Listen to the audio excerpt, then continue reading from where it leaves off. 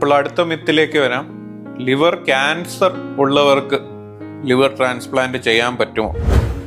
So I am doctor Vivek Rajendran. I am a consultant liver transplant and pancreaticobiliary surgeon. അപ്പോൾ ഇതിനെക്കുറിച്ച് കുറച്ച് കാര്യങ്ങൾ നമുക്കത് ക്വസ്റ്റ്യനിലേക്ക് കടക്കുന്നതിന് മുമ്പ് അറിയാം. ഈ ലിവറിൽ ഉണ്ടാവുന്ന ക്യാൻസർ 80% സിറോസിസ് ഉള്ളവരിലാണ് ഈ ലിവർ ക്യാൻസർ കണ്ടുവരുന്നത്. അപ്പോൾ ഈ ക്യാൻസർ വന്നു കഴിഞ്ഞാൽ വളരെ വൈകിപ്പോയോ എന്നൊരു ചോദ്യം പേഷ്യൻസ് നമ്മളോട് ചോദിക്കാറുണ്ട്.